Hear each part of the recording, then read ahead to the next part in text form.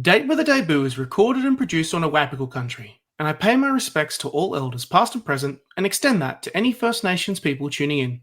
Always was, always will be, Aboriginal land. On with the show. So I met the actors in Droughton. I went back home during the filming. Aiden came in as Zach was leaving or something. And so they said g'day to each other and they had just a bit of a bro hug, right? And it was the moment of them interacting with each other that tripped me out. Zeke is hugging Hammer in front of me and I didn't write it.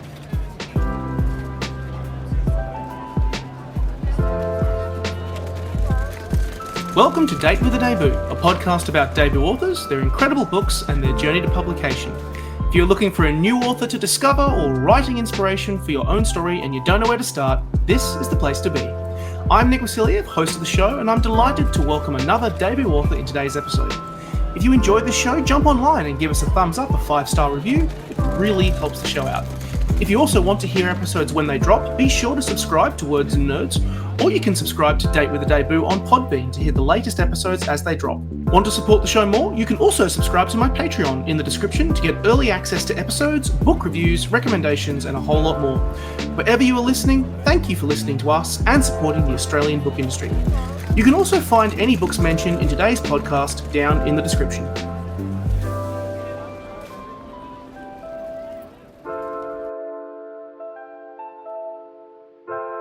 Well, welcome to Debut Revisited, a new special series as part of Date with a Debut, where I sit down with authors who are several books deep into their career and discuss their entire writing journey from the debut to the present day. It's a very, very, very special episode this week to kick us off. I've got a very special guest who I've been Twitter bros and Insta bros with for a while. For today, I'm joined by the man, the boy, the dude, the best-selling author, the plate-shifting alpha, the self-proclaimed bromosexual himself, Holden Sheppard. We'll be doing a deep dive into this incredible WA author from his debut, Invisible Boys, all the way up to his brand new release, King of Dirt. Holden, how you going, my man? G'day, Nick. What an intro. I hope I can live up to this massive ego boost you've just given me.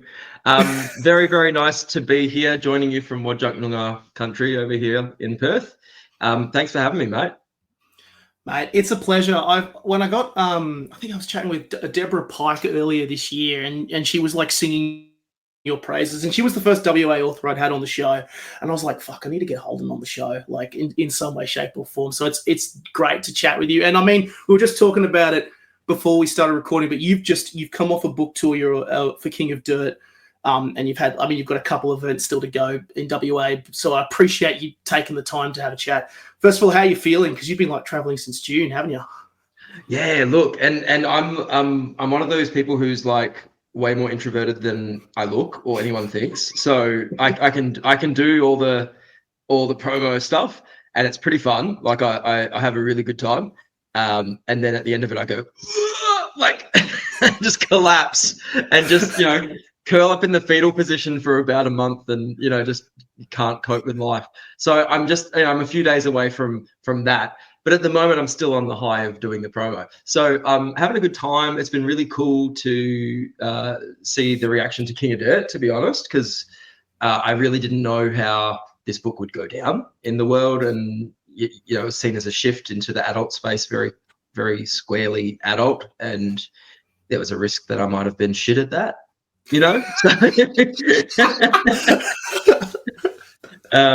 So apparently, allegedly, I'm not too shit at it. So that's been quite nice. No, you're definitely not shit at it. And before we get to that, I mean, there's been a bunch of books to get to here. So, sorry, let's back chat before we hit up these books. You're Holden Sheppard, man of many talents, best known for several best-selling books that dive into so many themes: gay experience, growing up, sexuality, self-identification, amongst many other themes. How the hell did that happen? Serious question. Serious question. Well, do you know what? I can tell you the whole thing has been a very happy accident, and I probably emphasis on the happy because it's worked out very well for me, kind of life fulfillment wise, also money wise. I've been able to make a little bit of money off my writing, which it's very, very hard to do, especially in this country where Australia's got a very small market, and I'm not yet published widely overseas. So, you know, it's worked out as a happy accident, but it is very much an accident, really. I actually started out with a first manuscript that was never published, that I spent about 3 years on. That was a fantasy action adventure, very mainstream, very commercial, trying to be kind of like maybe like a YA Matthew Riley style of thing, where I thought, you know, this will be accessible and commercial, and I'll sell 8 million copies, and, you know, everything will be very good. And it doesn't work out that way. So I wrote that book and no one wanted it. So once it got rejected, it kind of forced a little bit of reflection from me, and I had to think about, like, well, what do I actually want to stand for? Like, if I'm going to write a book and try to be commercial, and that path, and 3 years worth of that path didn't work, well, what do I want to do? You know, if I'm going to get rejected anyway, I may as well just say whatever I really feel like saying. And so I sat down and wrote what became Invisible Boys, and it turned out I really had a lot to say about about growing up gay, and about being a man, and about sex and drugs and rock and roll and trauma and mental health and found family and all the stuff that I actually care about. Once I started diving into that, that's what actually worked. But it was not an intention, and in fact, it was the opposite of my intention.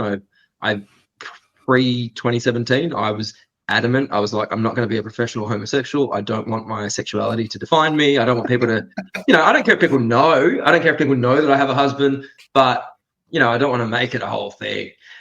and you know, it's just completely comical now because I feel like it's all I fucking talk about.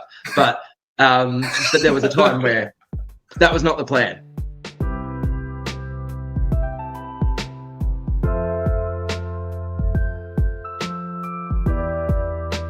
Without further ado, let's dive into this career retrospective, and we'll dive straight into Invisible Boys. So for everyone who is on the Ubes of Tubes on YouTube, I have these beautiful covers up here. I've got the Stan original Invisible Boys cover up there. 2019, published by Fremantle Press. This is definitely not a screenshot from Holden's website, because I was trying to upload all the images a second ago and was struggling really hard with it. But I was like, I recognize this exact font from the... It's all good. I realized I was going to get caught out in a second here, and I realized, screw it, let's just own it. And I would first of all love to shout out one particular review for Invisible Boys on Goodreads. Quote, I wrote this book, which is how I know 100% that it is all killer, no filler. Buy 10 for you and 10 for your mates, unquote, which I will now say, for everyone listening, link in the description. It's a... Shout out you doing your own reviews. Wow. I'm gonna steal that off you. I'm in trouble. I'm in trouble now. Doing my own. But it's a do one. The good book, let's do one review of your own book. So you may as well give it a 5-star. Absolutely, I'm doing that. But for everyone who is not familiar, though, I'd be surprised if you're not, given how big this book has gone. It's the story of Charlie, Hammer, and Zeki, set in regional Western Australia. And the thing that I love about Invisible Boys, I'm just going to say it right off the bat, is the voice.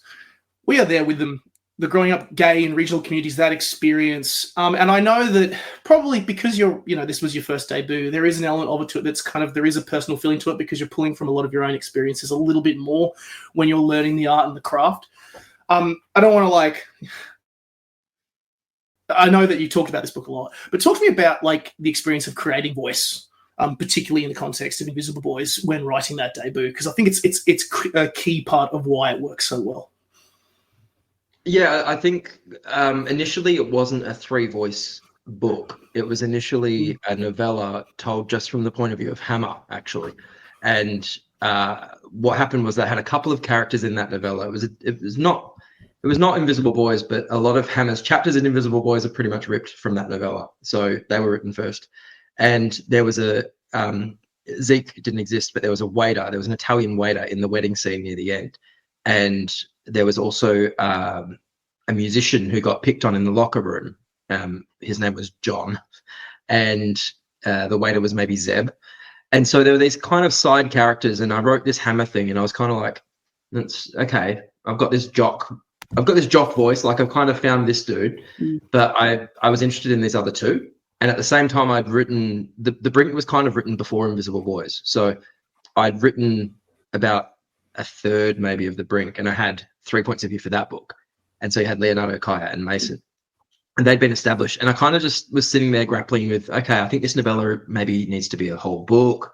And I also had half of the Brink that I was like, I like the 3 point of view thing. And so it kind of just happened that I smushed them together.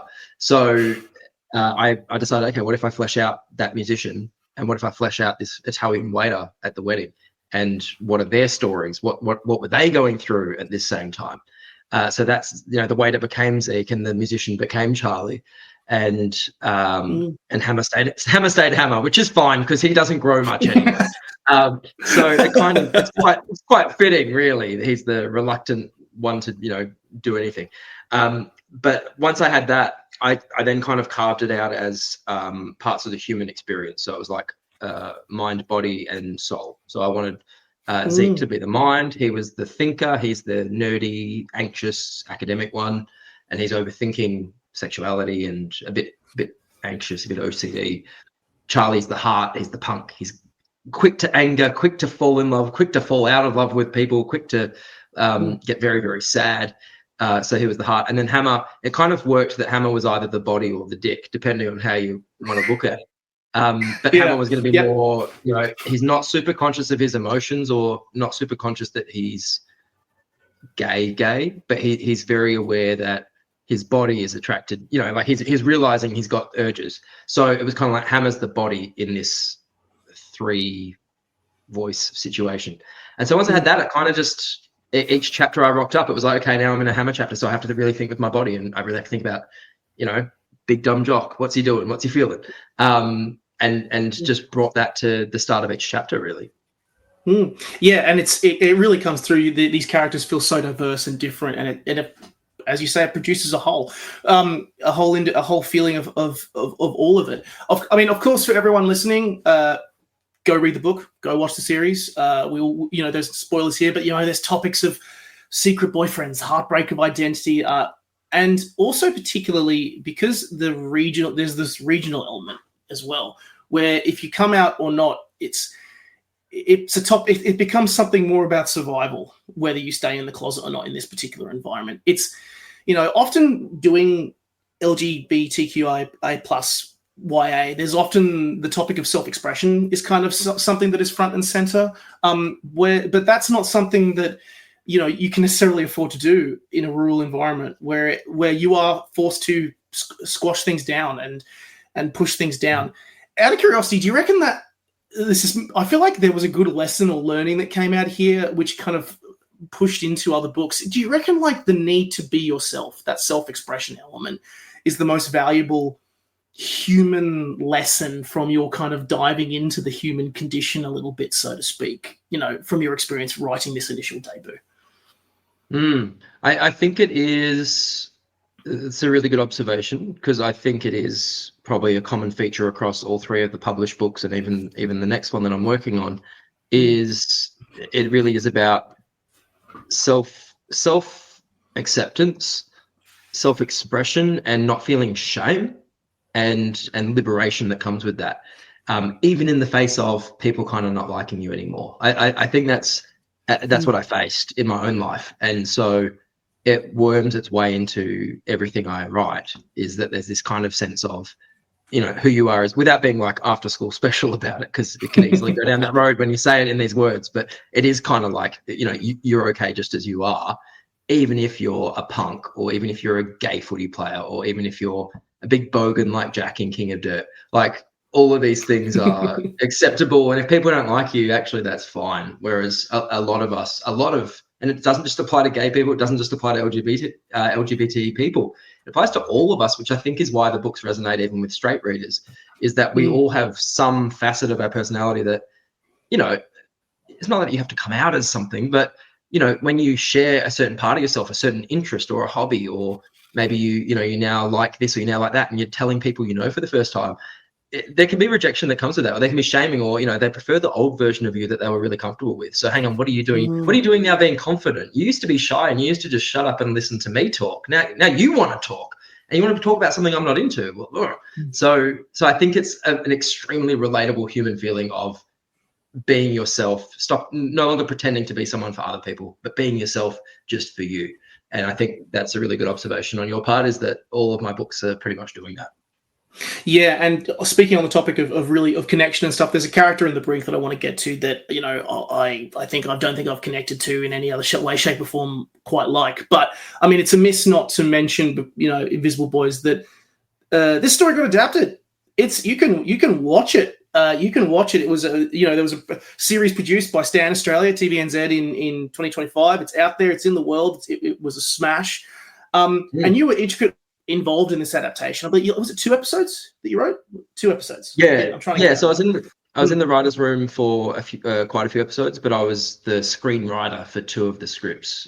So that was very fun. Also a learning curve, obviously, because my bread and butter is novel writing. So I wasn't, I had to learn some new, technology, new software, how to write scripts and new processes. And novelists, I did the classic novelist thing of like, okay, well, my script is way too long because I want to describe and tell you everything. I want to put in as many words as I can, and the whole point of a script is like no words, like minimal instructions, and just let the dialogue do all the heavy lifting. So that was a really cool learning curve. It was really cool to be involved and to write those episode 4 and episode 8 of Invisible Boys.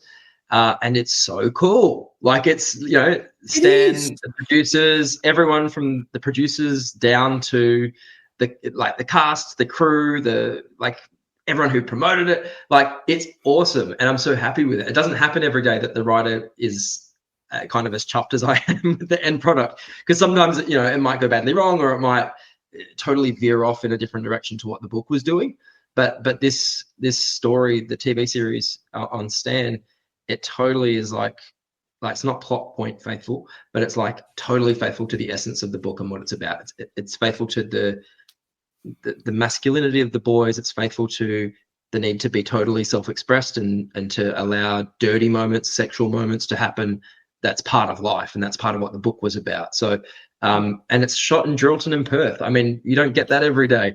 So really cool. Like those actors, I'm so happy with all of them. And if you haven't seen it, go watch it. Get your Stan account, get a trial, whatever, and go watch it on Stan. It's worth it. Link in the description. I'll also you answered just so many questions I wanted to ask here, because I'm imagining the creative process would have been so different to being on the page. You're focusing on the visual medium. It's not, there's so many other elements in play that bring this piece of art to life. It's not just, obviously, of course, you've got editors and designers and everything like that with books. They don't happen in isolation, but you've got other actors in there, literal actors, directors of photography, entire crews that are focusing on what happens in front of the camera. And of course, you get to go back home to Jero. So you've answered a bunch of questions I was going to have there, but this is more just a general vibe feeling. What the hell was it like seeing your baby come to life in the visual medium, and was it a serious mindfuck? Yes, it was a serious mindfuck. I think the first time I kind of my fuses went just blew was when I met the actors in Jordan. I went back home during the filming and I got to meet the 4 lead actors. So it was Joe, Aiden, Zach, and Joseph. And I think, trying to remember which way it was, but I want to say it was like Aiden came in as Zach was leaving or something. And so they said g'day to each other, and they had just a bit of a bro hug, right? And it was the moment of them interacting with each other that tripped me out, because I was like, Zeke is hugging Hammer in front of me, and I didn't write it. It was a real, my brain wasn't ready for that moment, It was really, really cool. And they all, the cast all got around each other. They were all kind of supportive to each other and seemed to get along really well. So that was just really cool to see kind of unfolding and to watch. I know they're not my characters, they're actors, but it was still cool to watch that happen. And definitely, the premiere was probably one of the coolest nights of my whole life, to be really honest with you. I think there's my wedding, and then there's the premiere night, because it was just Really nice, just good vibes everywhere, right? Like 400 people in a big theater, and people from Stan and Screen West kind of gave me a really nice shout out to the crowd, which felt really good as the writer to be in the room and kind of have a moment where people are like, "Hey, you done good." That was that was cool. And then to sit there and watch, so they had 4 episodes at the premiere, and to kind of sit there, watch it with a crowd who were reacting to it and responding and really into it. I remember, I think I was about partway through the 3rd episode, I'd smuggled some bourbons in my pockets, and I cracked. I think I was on my 2nd bourbon. Yeah, it was bad. Like I think I was on the TV news as well. You can just see my pockets bulging because that was before the premiere.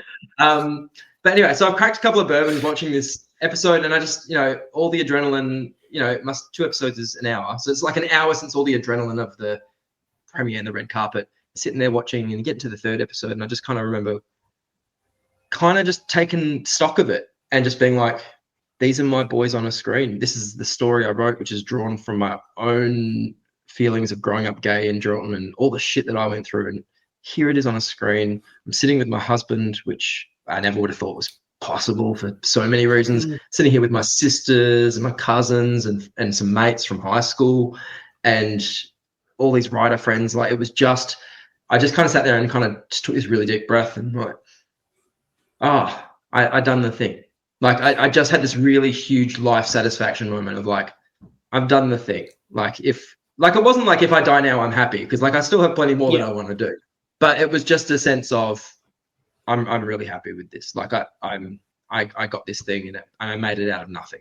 This is a thing that was spun out of just a bunch of trauma. So it was a good feeling.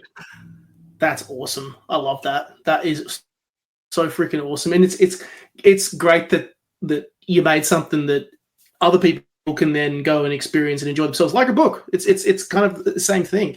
I know I could honestly talk to you about that adaptation all day, but obviously there's other books. We Jumped to the Brink, published in 2022 by Text Publishing. I have another review, which will go as such. As the author, I can say without bias that The Brink is an absolute ripper novel and definitely the best book I've published this year. But please buy it so I can afford food. Cheers. Link in the description. I was sensing a pattern here. Thank God you have a review for King of Dirt yet. I have reviewed King of Dirt, but but I don't know why I'm admitting it to you, because you bring it up in an interview. Yeah, look, I just like to be honest. I mean, The Brink is the best book I published in 2022. There is no lie there. So, it's the only book, but it's the best one. So very proud of myself for doing this at the time. Not so much when it comes up in an interview, but it's funny. I'm sorry. It's just pure teasing. It just made me giggle when I saw it. No, it's funny. What was the biggest challenge that you actually found going from debut to follow-up? I mean, I'm experiencing this firsthand. It's been a few years since I've written my first book. I've gotten into a real groove with writing it, but it's been hell at some points. What did writing a second novel teach Holden the writer? I think so the interesting thing for The Brink was that, to me, it was always the other way around. Even though I hadn't finished it before Invisible Boys. Yeah, true. To me, it felt like an earlier work. So I've never been able to shake that, even though it came out second. So to me, it was like, here's The Brink and here's me. That was my first, to me, The Brink is me bridging between my fantasy adventure story that didn't get published and Invisible Boys. And this was the stepping stone along the way where I kind of went, you can write a thriller. The Brink is still thrillery and a bit plot driven, but you can have people having emotions around that, and you can dive deep into those emotions and teenage feelings and angst. And so The Brink was me starting to do that. And then I kind of left it half finished, jumped to Invisible Boys, wrote that. And then I planned to write, my plan actually, if we're talking about writing and publishing in the business and that, that's who's listening to this, right? So my plan after I wrote Invisible Boys was, I'm going to write the sequel. And so when I signed with an agent, that's actually the first thing an agent asks you is like, so what else do you have?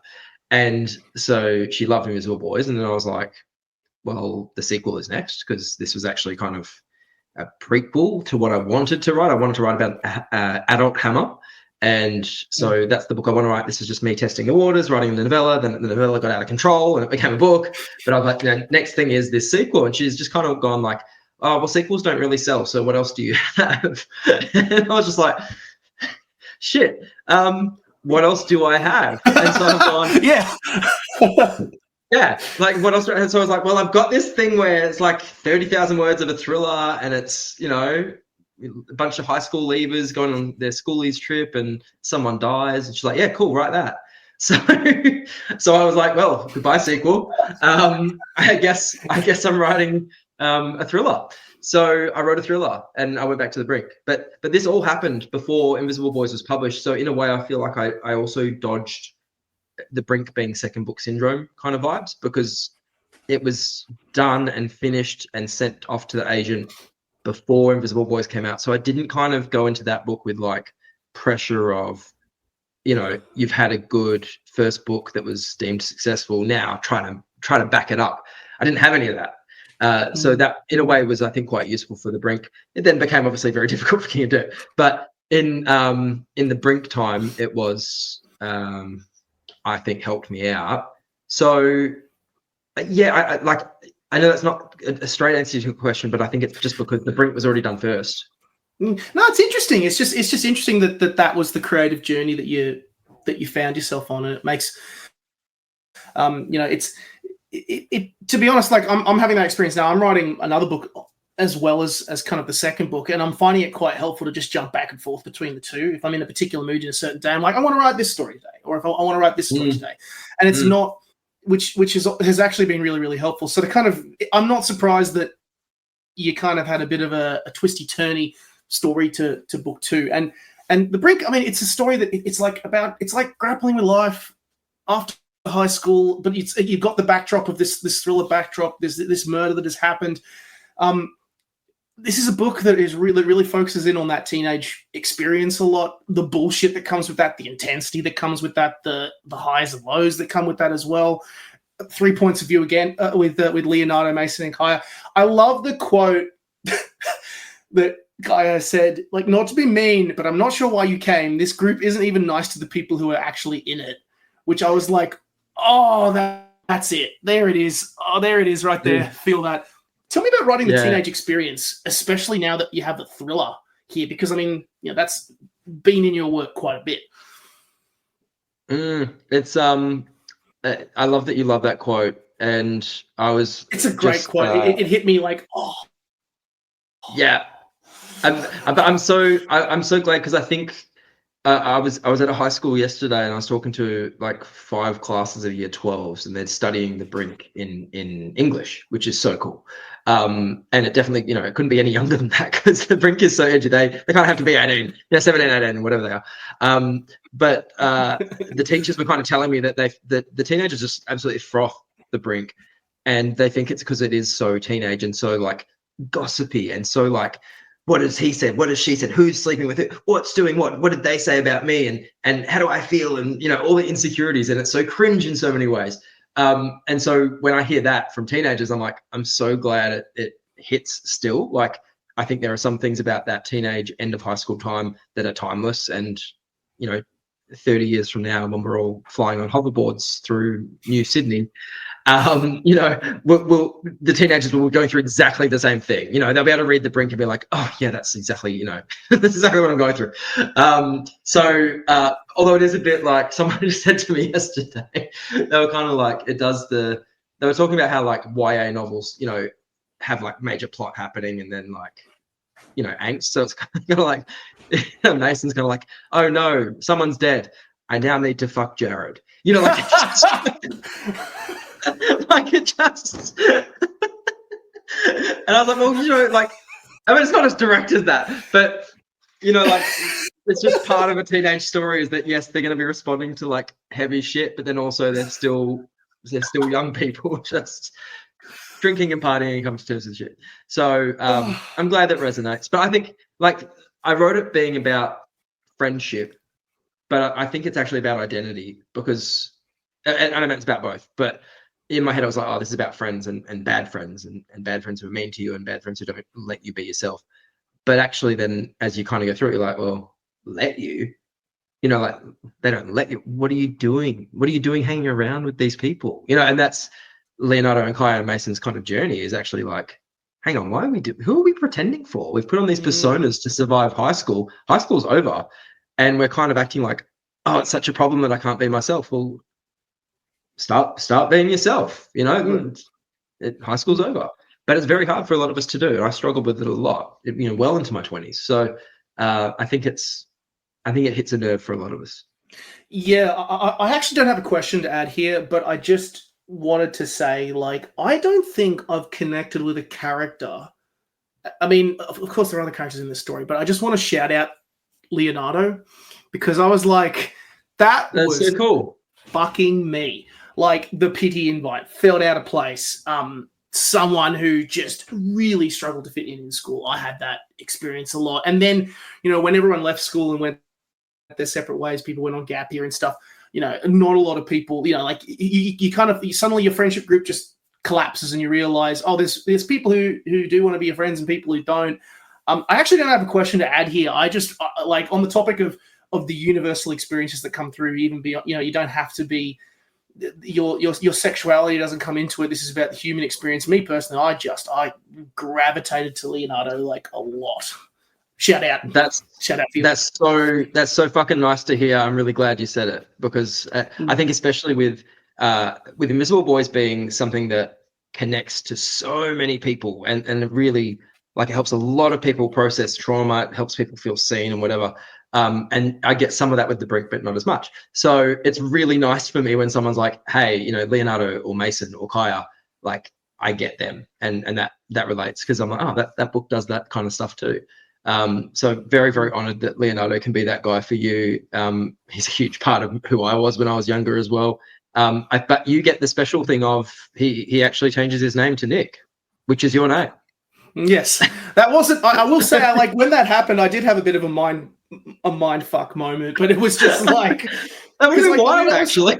Yeah, it was. I'm really relating to this character, and now he's turned into me. My head actually exploded. It was but no, it just such an like I really. It was just one of those ones where like there's a few characters that you read in life that really just like they hit the nerve and hit that spot, and he was just one of them. He just really was for me personally. I honestly could chat all day about Leonardo, but we have another book to cover, which of course is the new baby on the block. It is of course King of Dirt, published 2025 by Pantera Press. Great book, loved it particularly. And there's a good question I want to ask here, but it's kind of been applicable through all of your books. And it's a question that I got to ask Deborah. I mean, talked about Deborah earlier, and that is setting books in WA. In doing this series and doing this podcast show, like I've discovered that there's particular time periods that I've been really getting obsessed with when books are set in there, like New Zealand during the 1980s when there was a whole bunch of social upheaval and crazy shit happening. Particular periods in Australian history, particular moments in world history. And I freaking love books set in WA. I'm just like, talk to me about, I mean, I really connected with Jack in this story. I mean, I've got, in more ways than otherwise, I've got family in WA who actually do FIFO work. They go out into the middle of nowhere and do that period of 10 or 11 days where you are just on site working your ass off. And then you come back and then you're kind of like trying to reset after such an intensive period of work. You're trying to connect with friends, but it's like you have such a disrupted life process and lifetime. But before I get sidetracked talking about Jack, talk to me about what is it about WA that makes it such an evocative location for you on the page? Obviously, besides the fact that you've lived here and grown up there and that experience. Yeah, I think that hits the nail on the head because I am not really consciously trying to create or capture WA-ness or WA settings. I'm really just writing what my brain knows. So I've lived in WA my whole life. So this is what I know. So each time I write a book, it's, Invisible Boys is Geraldton. The Brink is on the coast between Geraldton and Perth, kind of near a fictional Wedge Island. King of Dirt starts in Eucla on the Nullarbor Plain and then ends up in Geraldton as well.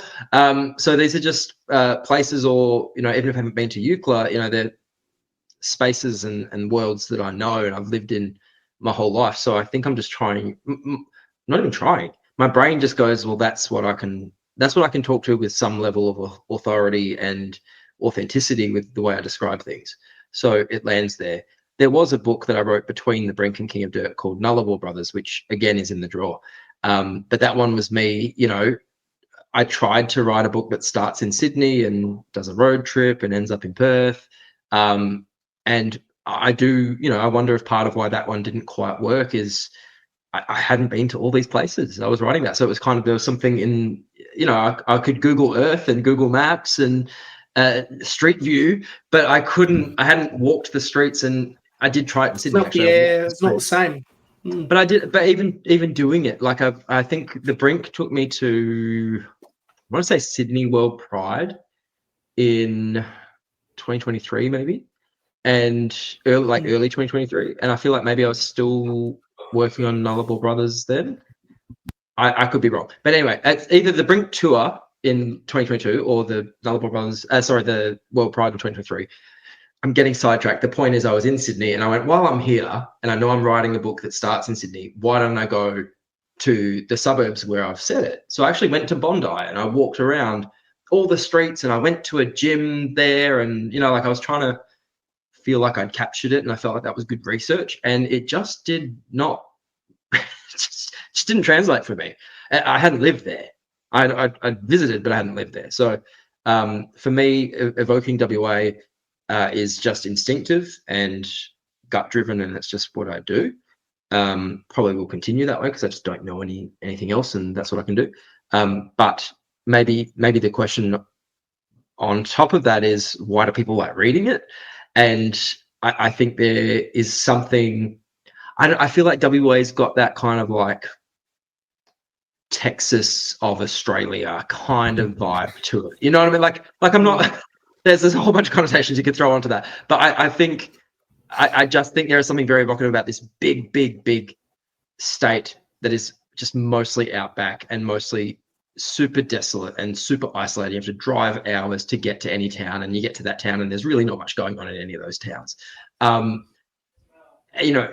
think we're a part of, I think it captures a certain imagination of what Australia is or what Australia could be.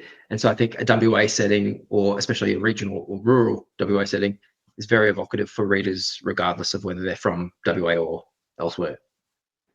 Yeah, absolutely. And I find it such a fascinating place. I mean, Perth just feels like a melting pot. It's the most isolated city in the world. It's the place, even though there's plenty going on, it still feels miles away from everywhere else. And then there's even, other elements to it. But yeah, it's such a fascinating environment on the page. And as you alluded to, King of Dirt is your first dive into adult fiction, which kind of felt like a very natural step in. But I mean, it does come with with a certain turn in terms of dark subject matter. This book touches on topics of homophobia, conservative families, not that the identity troubles that come with that. Jack is estranged. He's kind of, I didn't want to say like he's just walking through life a little bit, but he's a mess. He's having a rough time. He's struggling with this kind of FIFO experience, as alluded to.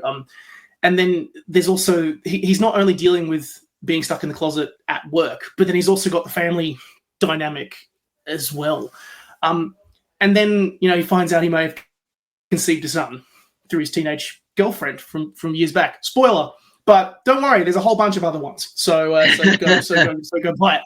But what I loved about this book, trying to boil it down to buttons, it's a story about mental health.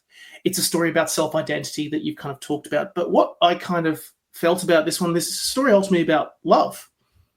It's about, there's a kind of love, a strong love element to it, both, in ways that will stay spoiler free, but also kind of, why is love so important to Holden's books?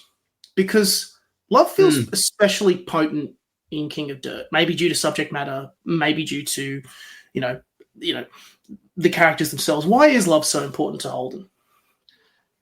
I think this book was, to me, this book was the most vulnerable of all three of these, but even the fourth one.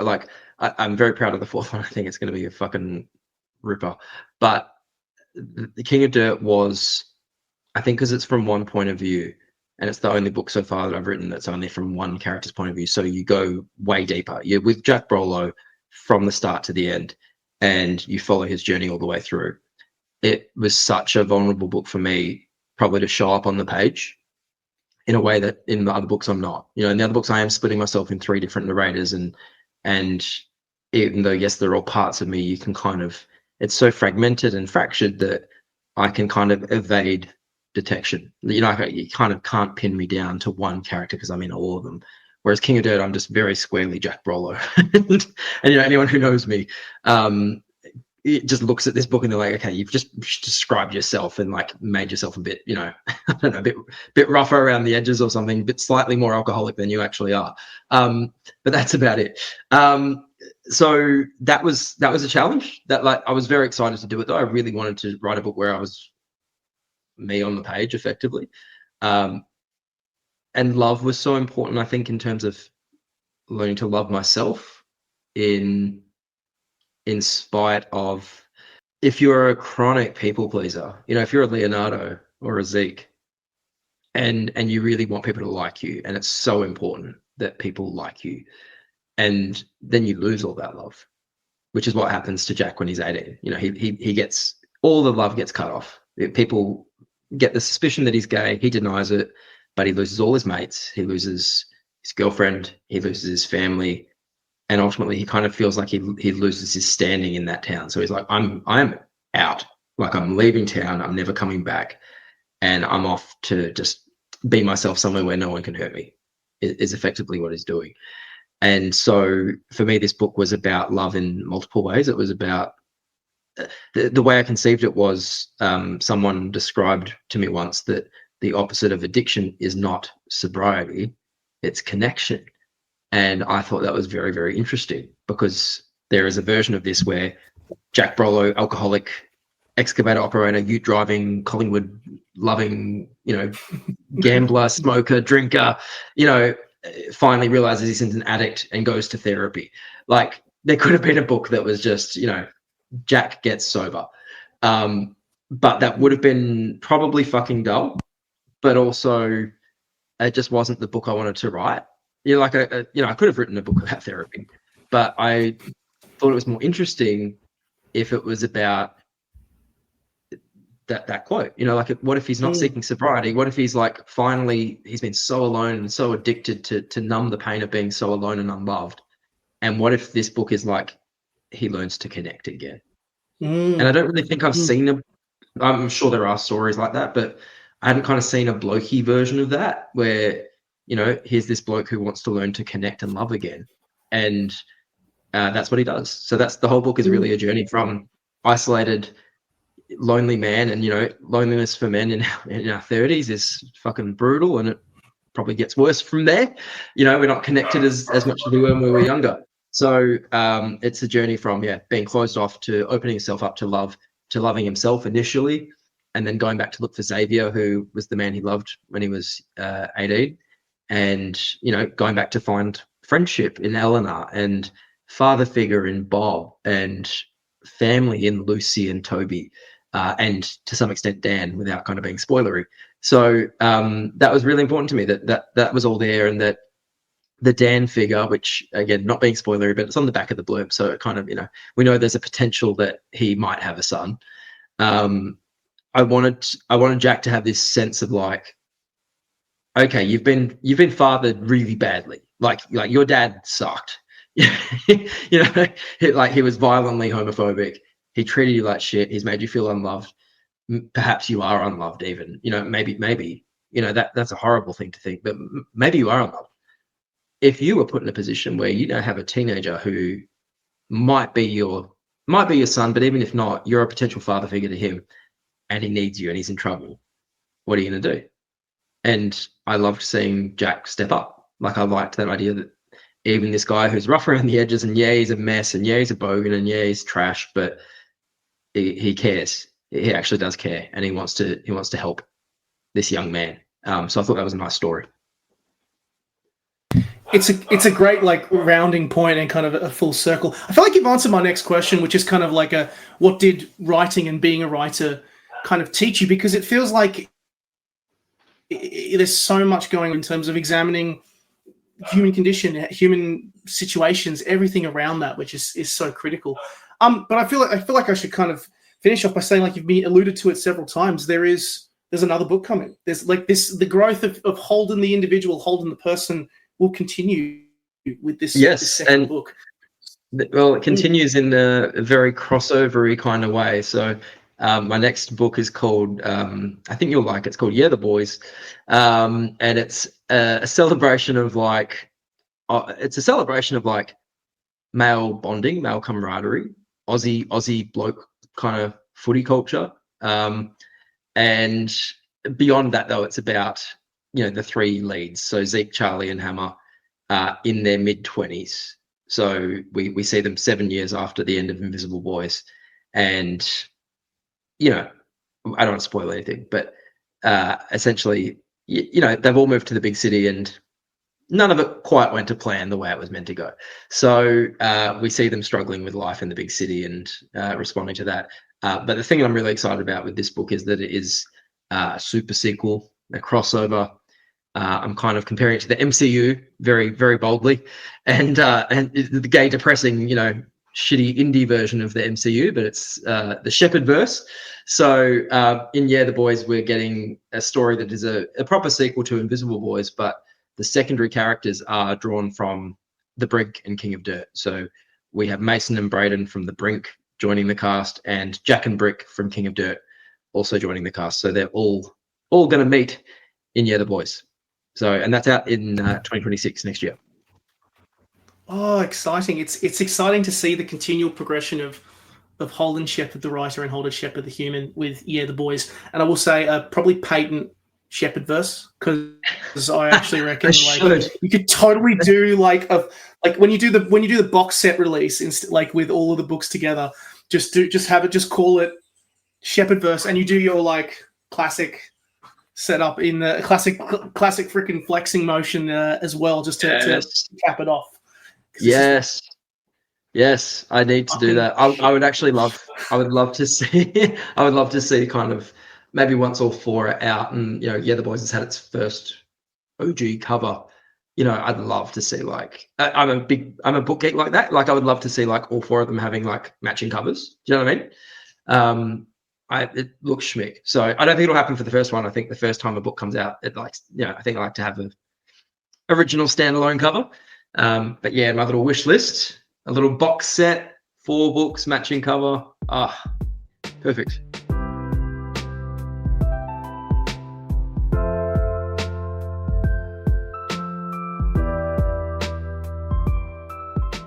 We'll finish off the show with a rapid fire question, which is kind of part of the formula of Date with the Debut, where I basically fling a bunch of questions at you and you give me the first answer that comes to your head. Are you ready, Holden?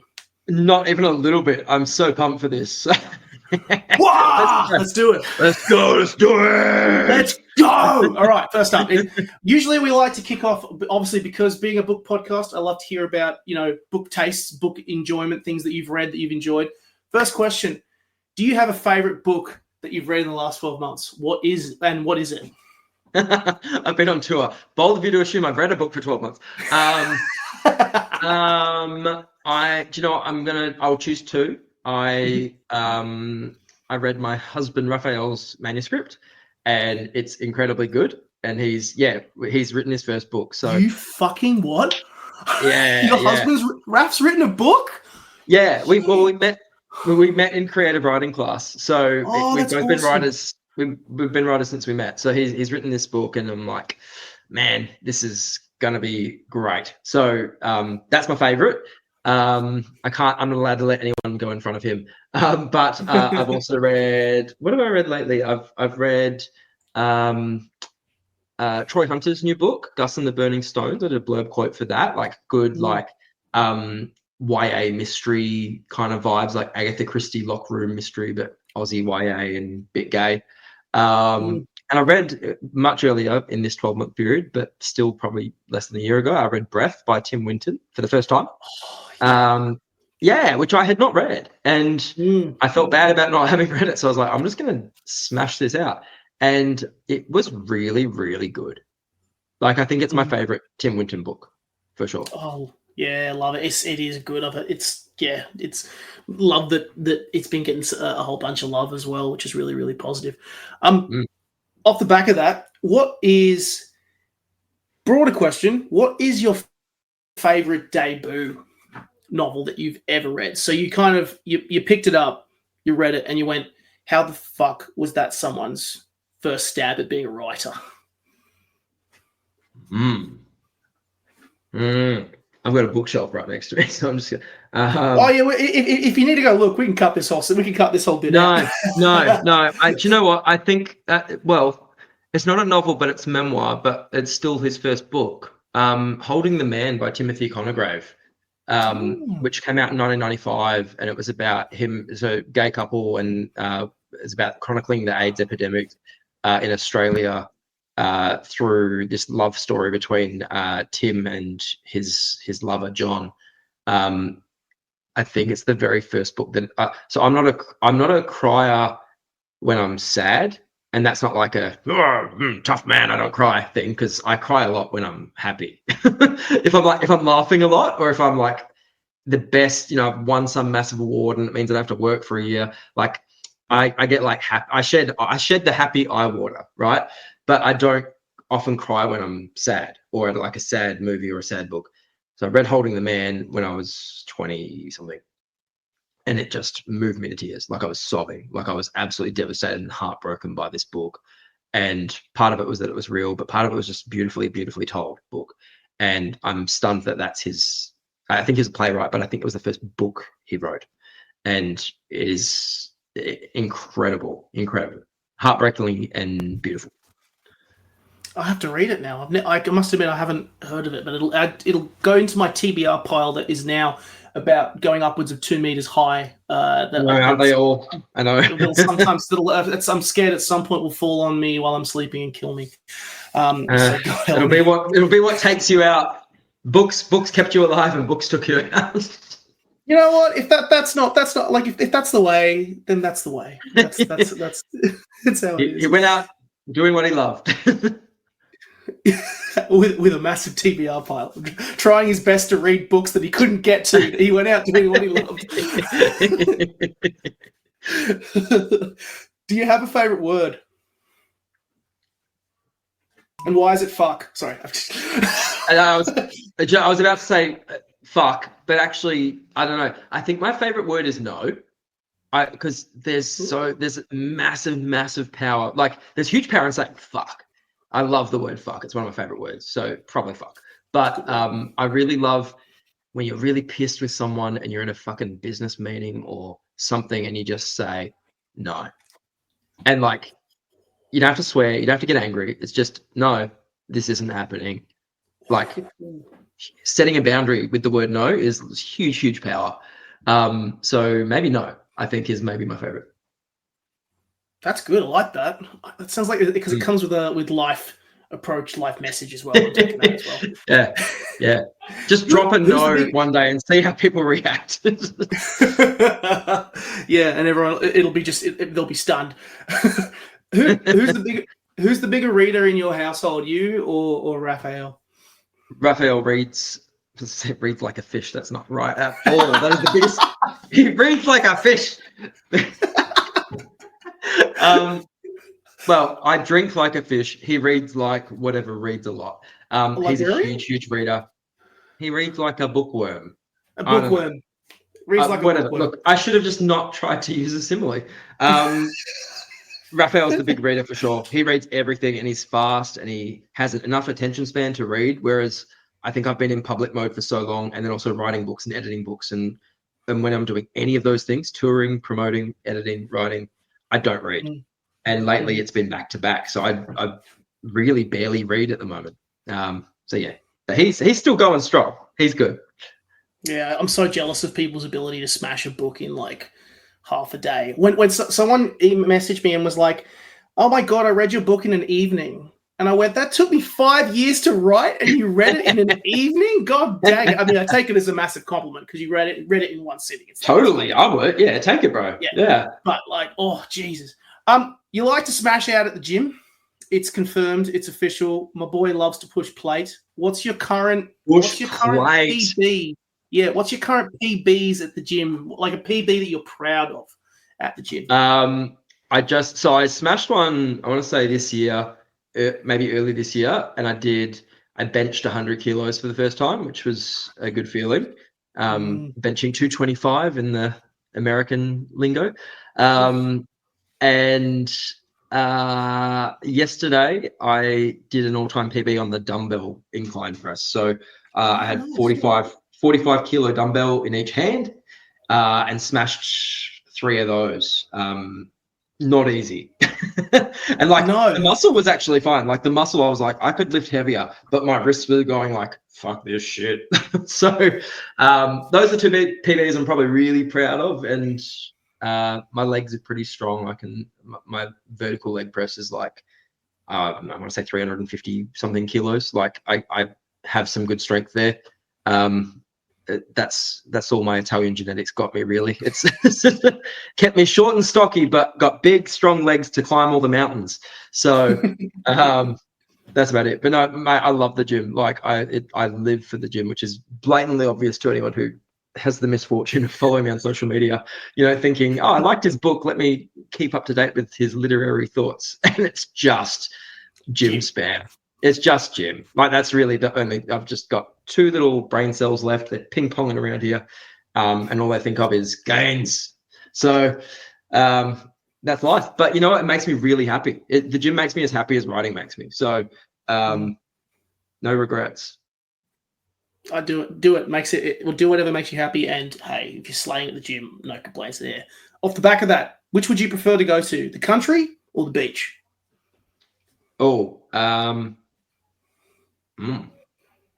Beach. Weirdly, beach. Well, country for me is beach. Jordan has a beach, so for me it's like, oh yeah, true, it does. Shit. Yeah, so I was like country. I always prefer country, but if I had to choose between inland and beach.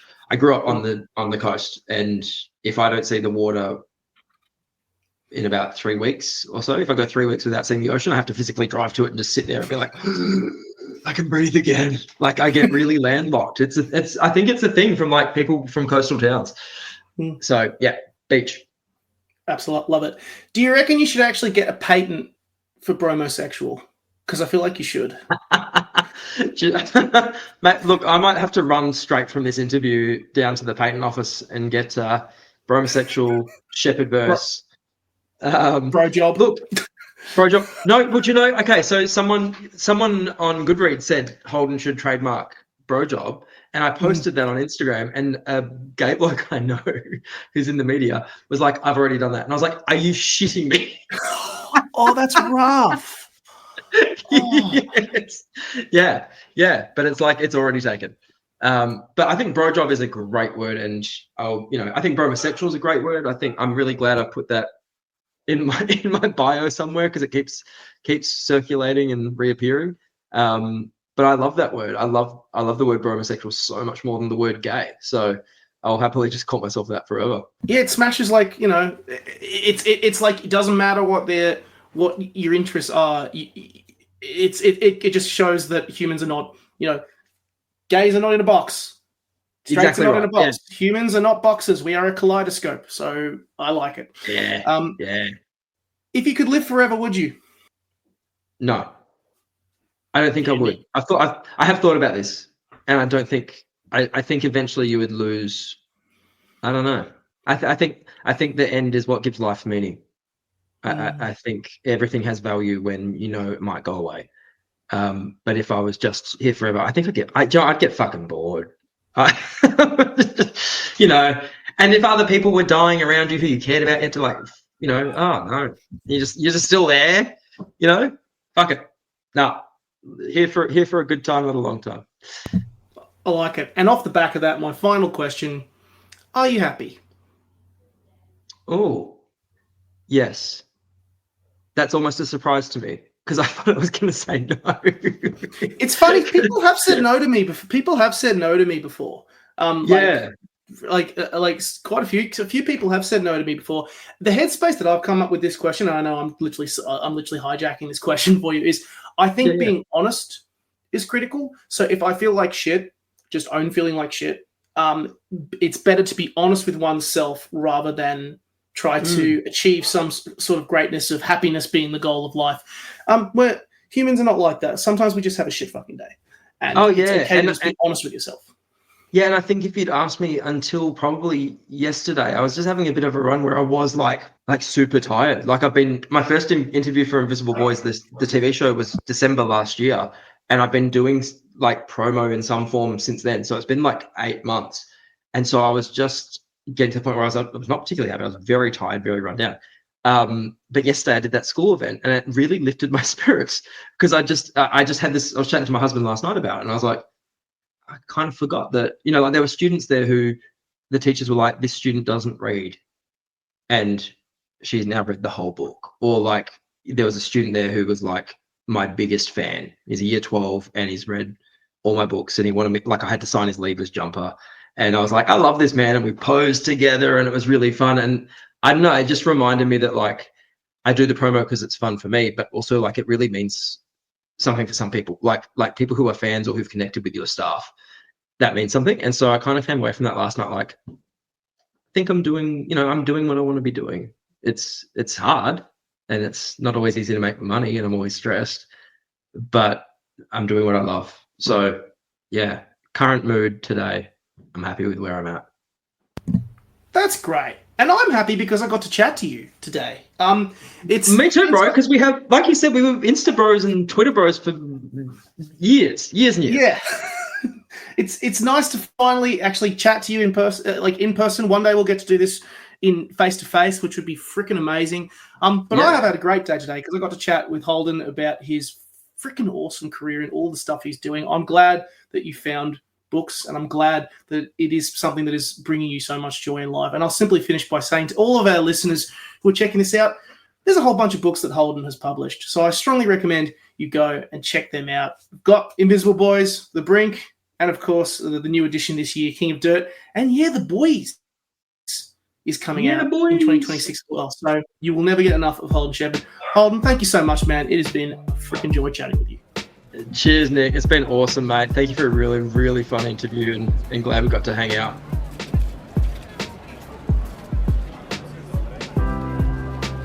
Thank you for listening to today's episode of Date with a Debut and for listening to the Words and Nerds channel. You can buy all books mentioned in today's episode down in the description box, and if you enjoyed the show, drop us a review, leave us 5 stars or a thumbs up. It really helps the show out. If you want to hear episodes when they drop, be sure to subscribe to Words and Nerds, or you can subscribe to Date with a Debut on Podbean to hear the latest episodes as they drop. Want to support the show more? You can also subscribe to my Patreon in the description to get early access to episodes, book reviews, recommendations, and a whole lot more. Catch you soon! Date with a Debut is a Words and Nerds and Breathe Art podcast co-production.